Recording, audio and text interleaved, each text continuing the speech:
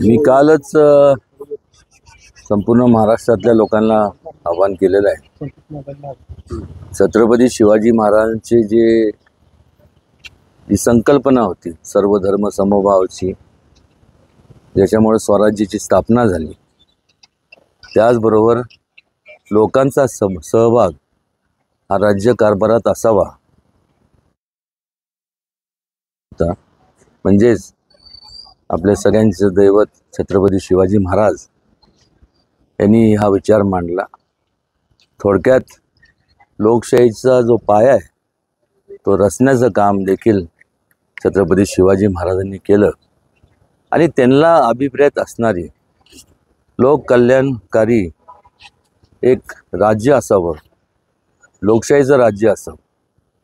आणि त्या प्रकारे ज्येष्ठांच्या बाबतीत असेल, महिला माता भगिनींच्या बाबतीत असेल, तरुणांच्या बाबतीत असेल, सर्व 18 पगड जाती असतील, वेगवेगळ्या धर्मातले लोकांच्या बाबतीत असतील, योजना राबवण्यात याव्यात. ह्या अगोदरच्या जे काही काँग्रेसचं सरकार होतं, हे अनेक वर्षापासून यांनी केवळ केंद्रात नाही तर संपूर्ण देशाच्या प्रत्येक राज्यात त्यांची सत्ता होती. स्वातंत्र्यानंतरचा काळ जर पाहिला आपण तर सगळ्या म्हणजे काँग्रेसशिवाय दुसरा कुठला पक्ष नव्हता. पण घोषणा झाल्या, घोषणा अत्यंत चांगल्या झाल्या. गरिबी हटाओ देश बचाओ, जय जवान जय किसान, अत्यंत सुंदर म्हणण्यापेक्षा ह्या घोषणा चांगल्या होत्या. पण ह्या घोषणा फक्त मतं मिळवण्याकरताच होत्या.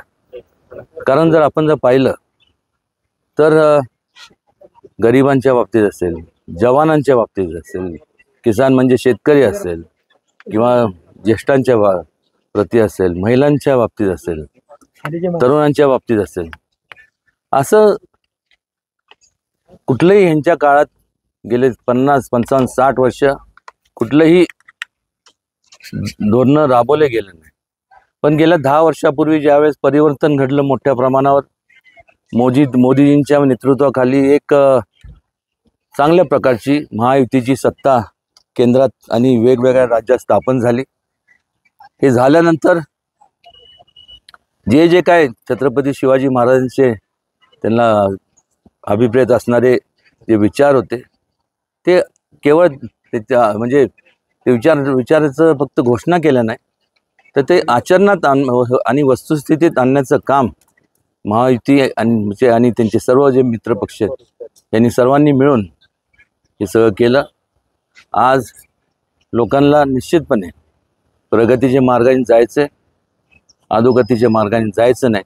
आणि त्यामुळं केवळ सातारा जिल्ह्यात नाही तर महाराष्ट्राच्या प्रत्येक जिल्ह्यात आज महायुतीच्या जे सर्व उमेदवार आहेत, मग एकनाथ शिंदे साहेबांचा गट असेल, अजितदादांचा राष्ट्रवादी असेल, त्याचबरोबर भारतीय जनता पक्ष असेल, मित्र RPI असेल, सर्व मित्र पक्ष असतील, ह्या सर्व ठिकठिकाणी उभं असणाऱ्या सर्व जे काही उमेदवार आहेत ह्या संपूर्ण महाराष्ट्रात, त्यांना मोठ्या प्रमाणावरती प्रतिसाद मिळत आहे.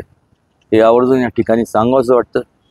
आणि हा प्रतिसाद केवळ जो मिळतोय तर त्याचं मूळ कारण म्हणजे की लोकांना झालं म्हणजे कामं दिसतात. लोकांना जे अपेक्षित आहेत ते कामं झालेले पाहायला मिळतात.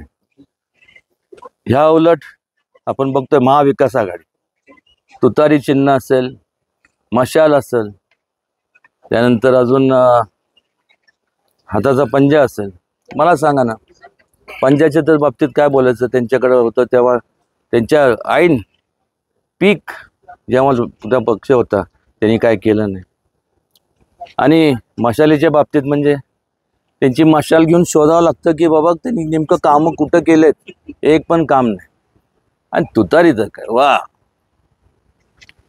एवढे वर्ष पवार साहेबांनी तर नुसतं घोषणाबाजी आणि जी खिरापत केली, त्याची तुतारी वाजवली, आम्ही हे करणार ते करणार, केलं काय.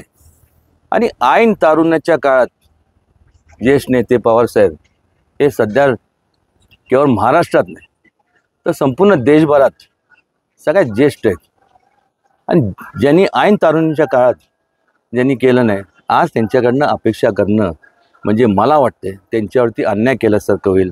हे आवर्जून या ठिकाणी सांगावंसं वाटतं. आणि महायुती पुन्हा मोठ्या मताधिक्याने सत्तेत येणार आणि जास्तीत जास्त अजून वेगाने लोकांची सेवा करणार.